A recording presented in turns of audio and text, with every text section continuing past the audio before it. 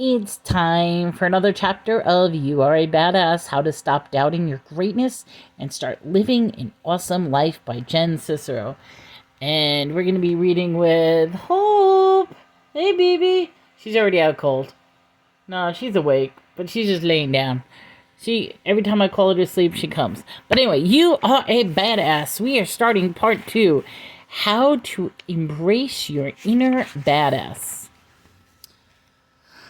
Love the One You Is, Chapter 6. If we really love ourselves, everything in our life works. Louise Hay, author, publisher, the godmother of self-help, who was doing it way back when it still wasn't cool. I was hanging out at my brother Bobby's house one day, lying on the couch, watching his then 2-year-old son waddle around. At one point, someone knocked something off the coffee table, and my little nephew bent down to pick it up. Bobby turned to me and said, "Did you see that?" The guy knows exactly how it's done. He bends at the knees, keeps his back straight, hips squared, stomach tight, flawless. Thrilled to have such a willing and skilled Exhibit A, Bobby then proceeded to spend the next couple of minutes dropping more things on the floor: a spoon, a TV remote, an empty can of beer, and my nephew, in perfect form, continued to pick it all up as my brother kept up a running commentary on his posture, his muscle usage, his seriousness of manner, and the fact that my nephew was pulling it off with great dignity, even though his diaper was sagging. It's incredible. That kid could flip over a car without straining his back. I can barely pull up my pants without having to be rushed to the hospital. When we're born, we have that instinctual understanding of some of the most important basics of life. That includes and goes way beyond bending at our knees instead of our lower back to pick up a big can off the floor. We were born knowing how to trust our instincts, how to breathe deeply, how to eat only when we're hungry, how to not care about what anyone thinks of our singing voices, our dance moves, or hairdos. We know how to play, create, and love without holding back. Then, as we grow and learn from people around us, we replace many of these primal understandings with negative false beliefs, fear, shame, and self-doubt. Then we wind up emotional and physical pain. Then we either numb our pain with drugs, sex, booze, TV, Cheetos, or we settle for mediocrity. Or we rise to the occasion. Remember how truly mighty we are, and we set out to relearn everything we knew at the beginning and all over again? It's like we're born with this big bag of money, more than enough to fund our dreams of ours, and instead of following our instincts and our hearts, we invest in what other people believe we should invest in. Some people invest in believing they're too old to go out clubbing when they love nothing more than the boogie. Some invest in being tough and too cool for school when all they want is love and connection. Some invest in being ashamed of their sexuality instead of being their glorious gay selves. Are we continue to buy into these things that aren't even true for us? Our inner fortunes dwindle away. And it's until we reconnect with who we truly are and start investing in what's true for us, we start to live a full, rich, authentic lives. And when there are countless ways that we rip ourselves off, there's one way in particular that is without a doubt the most rampant and most devastating of all. We invest everything we got in believing that we are not good enough. We arrive here as perfect little bundles of joy and then set about the task of learning to unlove ourselves. How unbelievably ridiculous is that? Self-love, the simplest yet most powerful thing ever, flies right out the window, and we start taking in outside information. I'm not talking about conceit or narcissism, because these things also come from fear and lack of self-love. I'm talking about the deep connection with our highest selves, an unshakable ability to forgive our lowest. I'm talking about loving ourselves enough to let go of the guilt, the resentment, the criticism, and embrace compassion, joy, and gratitude. When we're happy and all in love with ourselves, we can't be bothered with bullshit, our own or others' people's. Imagine what a world would be like if everyone loved themselves so much that they weren't threatened by other people's opinion or skin colors or sexual preferences or talents or education or possessions or lack of possessions or religious belief or customs or the general tendency to just be whoever the hell they are. Imagine how different your reality would be and the reality of everyone surrounding you if you woke up every morning certain of your own lovability and your critically important role on this planet. And if you poo-pooed shame, guilt, self-doubt, self-loathing, and allowed yourself to be, do, and have everything your little heart desired. That's the kind of world I want to live in. In the interest of perpetuating such radical reality alter self-love, here are some of the best ways to win yourself over again. 1. Appreciate how special you are. There will never be anyone exactly like you. You were given special gifts and talents to share with the world. And even though everybody has special gifts and talents, nobody will use theirs quite the same way that you do. You have a way of being in the world and a perspective that is unique to you. You are the only one who thinks your thoughts the way you think of them. You have created your own unique reality and are living the life according to your own unique path. You are the only you that will ever be. You are kind of a big deal. Number 2, drown yourselves in affirmations. Trust me, I wouldn't do this to you unless I had to, but affirmations work. You don't have to say them in the mirror, you don't have to hug yourself or buy a special rainbow journal with a lock on it to write them down. But if you want to turn the ship around, you need to rewire your brain and try to think differently. And that is what affirmations could do. Figure out which affirmation you need to hear the most and repeat them all day long in your head, in the car, while you're walking down the street pretending to be on the phone, under your breath in the line at the DMV. Write them on Post-it notes and stick them around your home, on your mirrors, on your refrigerator, in your car. Write down your favorite affirmation 10 times every morning and 10 times every night before you go to bed and say them out loud. Here are some of the affirmations specific to self-love. Pick 1 or 2 that work for you and pummel yourself with them. I deserve and receive massive amounts of love every moment of every day. I am one with the universe. The universe is awesome and so am I. My heart is open. Love pours in and out. I receive the good that life has to offer me. I am brilliant, bright, and beautiful. I love how tall I am and I love the size of my ass. Or whatever. If none of these work, then come up with some that don't make you gag, but that strike a nerve with you. The more emotion you feel around what you're saying, the more power it will have to bring about positive change. And yes, at the beginning, it may feel like you're lying to yourself, but the truth is you're living the lie. So the affirmations get you back to the truth. This can be just as rattling of nonsense. You have to feel it and want it and get worked up by it in order for it to work. Number 3, do things you love. When you constantly deny yourself the people, food, things, and experiences that make you feel most alive and sends a pretty lousy message home. Look at your life and see where you're letting yourself down. If you hear yourself saying things like, I love going out to see live music, I can't remember the last time I did, then make time. We're all busy, but it's the people who make enjoying their lives a priority, who enjoy their lives. Right now, there are thousands of people all over the world at yoga retreats, overlooking the ocean, dancing their asses off at outdoor music festivals, or whooping it up at the Disney cruise of their dreams. Really, listen to how you speak and pay attention to what you do and make a conscious effort to increase attention to what you... increase your joy in whatever capacity you can.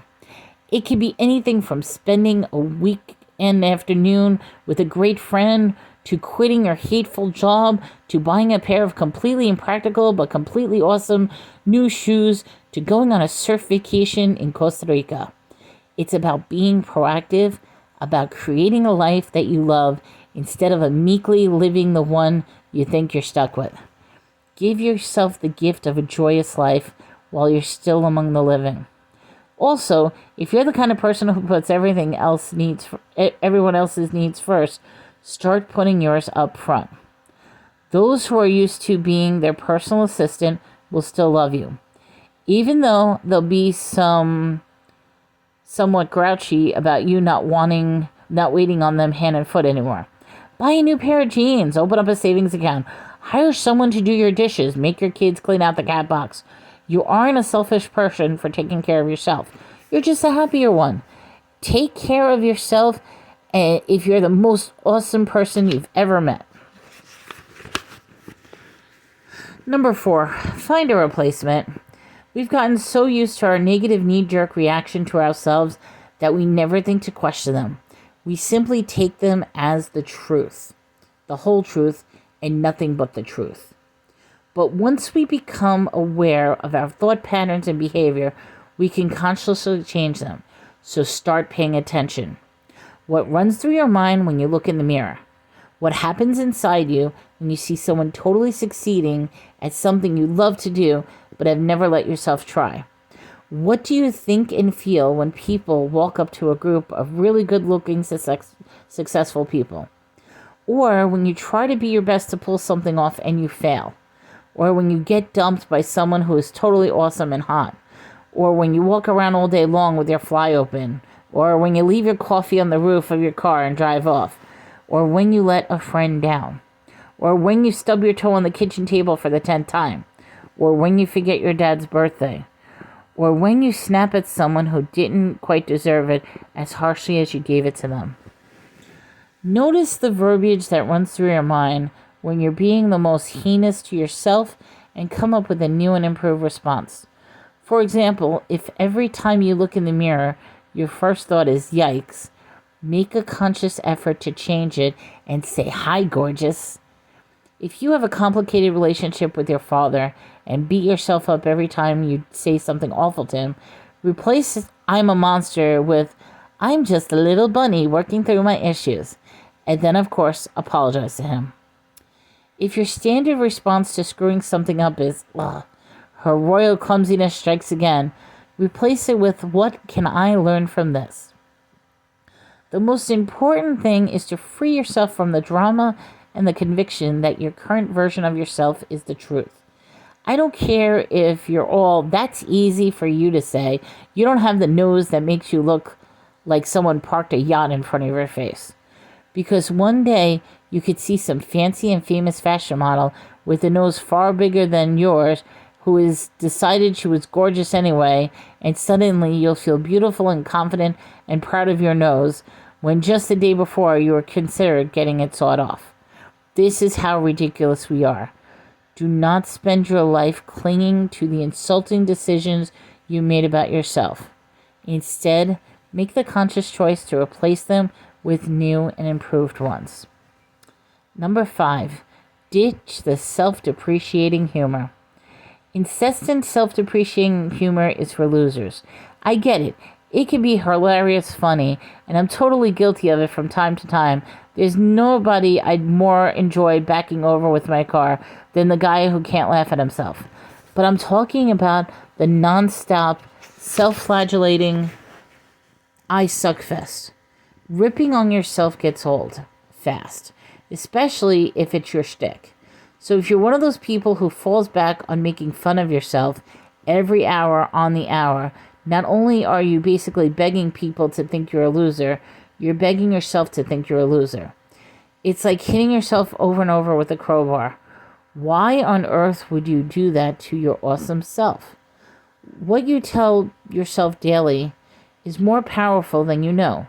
Seemingly harmless jokes over time turn into seriously destructive beliefs. Our thoughts become our words become our beliefs become our actions become our habits become our realities. So if your favorite joke is that you couldn't get on a date if you demanded one at gunpoint and you spend every Saturday night alone, perhaps you should come up with a new one-liner. And most importantly, constantly making fun of yourself is such a cheap way to be funny. Anyone can do it. So push yourself up to come out with a new script. Your confidence and we humor snobs will thank you. Let the love in. Receive compliments greatly instead of countering them with a disclaimer such as, "Oh, this ratty thing?" Try and say, "Thank you. Period." Take care of your body too. We, if anything like me, run around doing our busy work with our poor bodies flopping behind us like old windsocks. When we're pressed for time, it's often the first thing to get overlooked. I've got 5 meetings today. I'll do my yoga tomorrow, and I'll have a power bar for lunch. Meanwhile, during our little sojourn here on Earth, we need our bodies more than they need us. Say nice things about your body. Dress up, take it out, give it hot sex, a luxurious bath, and massages.